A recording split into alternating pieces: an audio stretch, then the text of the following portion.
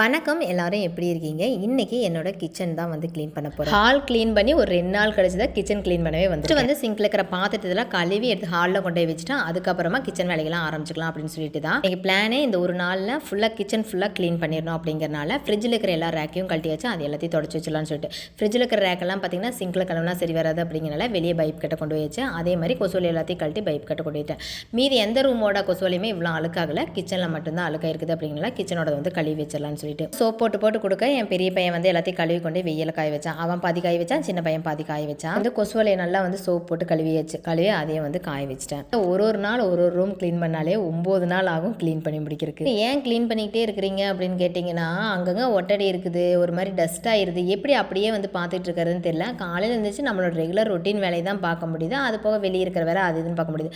டெய்லியுமே க்ளீனிங் வேலையும் நம்மளால் பார்க்க முடியல. அதனால ஒரு மாதத்துக்கு ஒரு தடவையாவது கொஞ்சம் வந்து அங்கங்கே க்ளீனிங் வேலை பார்த்தா தான் வீடு மாதிரியே இருக்குது. ஜன்னல் அதுக்கப்புறம் வந்து அந்த ஆரோ வாட்டர் கீழெல்லாம் பார்த்தீங்கன்னா ஒட்டடியாக இருக்குது. இப்போ அதை அப்படியே பார்த்துக்கிட்டேவும் இருக்க முடியல. அதனால தான் வந்து வேலையிலேயே ஆரம்பிக்கிறது. அந்த ஒரு பெரிய புரட்சிகரமான பெண்ணெல்லாம் கிடையாது. ஆணுக்கு பெண் சமம், நான் பாதி வேலை செஞ்சால் நீ பாதி வேலை செய்யணும் அப்படிங்கிற பெண்ணெல்லாம் நான் கிடையாது. எனக்கு நான் பார்க்கறக்காவது என் வீடு நீட்டாக அழகாக இருக்கணும். விஷயங்கள் எல்லாம் உங்களுக்கு எப்படி எக்ஸ்பிளனேஷன் பண்ணி புரிய வைக்கிறதுன்னு எனக்கு தெரியல. ஒரு அபரிவிதமான லவ் அப்படின்னு சொல்லுவாங்களா, அது வந்து எனக்கு இந்த வீட்டு மேலே இருக்கும். ஒரு லாங் வீடியோவில் இதை பற்றி நான் வந்து பேசுகிறேன். ஒட்டடை வந்து அங்கங்கே தான் இருந்துச்சு. அது போக வந்து நம்மளோட எப்பவும் போல் அந்த மேலே வந்து ஓட வந்து அப்படியே ஃபுல்லாக க்ளீன் பண்ணிடலாம் அப்படின்னு சொல்லிட்டு ஒரு க்ளீன் வந்து பண்ணிட்டேன். அவ்வளோ டஸ்ட்டெல்லாம் எதுவுமே இல்லை. கொஞ்சம் அங்கங்கே மாற்றி அரேஞ்ச் பண்ணி வச்சுட்டு அந்த கீழே வந்து சீட் எல்லாத்தையும் வந்து மாற்றி விட்டுட்டேன். வேலையெல்லாம் முடிக்கிறக்கே நைட் ஒரு 7 மணி ஆயிடுச்சு. ஃபுல் டயர்ட் ஆகிட்டோம். கீழே ஃபுல்லாக வந்து டஸ்டிங் எல்லாம் பண்ணிவிட்டு நான் அங்கேயுமே ஒட்டடையாக இருந்துச்சு. அதனால் எல்லாத்தையும் பண்ணிவிட்டு நீட்டாக வந்து அரேஞ்ச் பண்ணி எடுத்து வச்சாச்சு. இந்த கேஸ்ட் அயர்ன் பேன்லாம் வந்து ஓர்ஸ்லாம் அரேஞ்ச் பண்ணி வைக்கிற மாதிரி வந்து ஒரு வாங்கணும். பட் அது எந்த அளவுக்கு ஸ்ட்ராங்காக இருக்கும் அப்படிங்கிறது தெரியல. அப்படிங்கனால இன்னும் வாங்காமல் இருக்கேன். அப்படியே கவுண்டர் டாப் எல்லாத்தையும் வந்து நீட்டாக கழுவி நீட்டில் வந்து எடுத்து வச்சுட்டேன். ரேக்குக்கெல்லாம் பார்த்தீங்கன்னா ஒரு நியூ சீட் வந்து மாற்றிட்டேன்.